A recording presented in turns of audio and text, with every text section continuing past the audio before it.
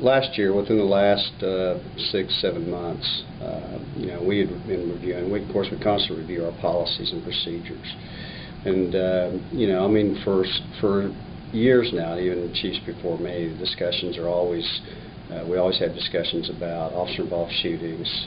We review each one. Each one's investigated, basically criminally, and taken to the DA's office. So those policies change, over the years, depending on best practices and what we think's best. Probably major changes in officer-involved shooting investigations.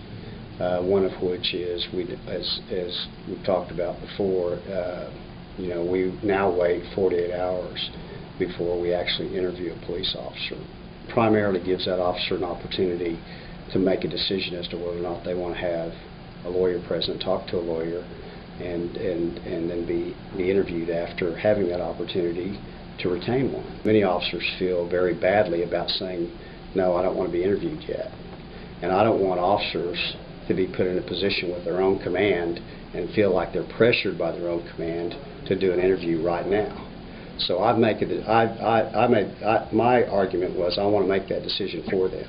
You are not going to be interviewed for 48 hours. Therefore, you don't have that pressure of the police department and command to do the interview right now or to wait and do the interview.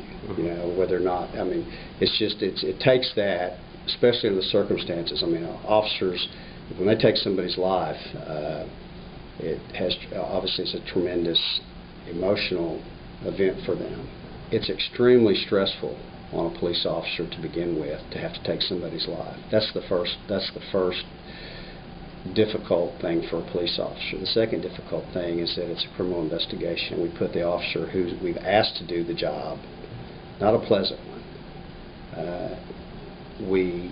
we now put them through a process of being criminally investigated. I feel like we get a better investigation also by waiting 48 hours because it gives the investigators the opportunity to talk to witnesses who may have seen it. It also gives them the opportunity to evaluate the crime scene and evidence before they ever interview the officer. So I think the process has improved the integrity of that investigation a great deal.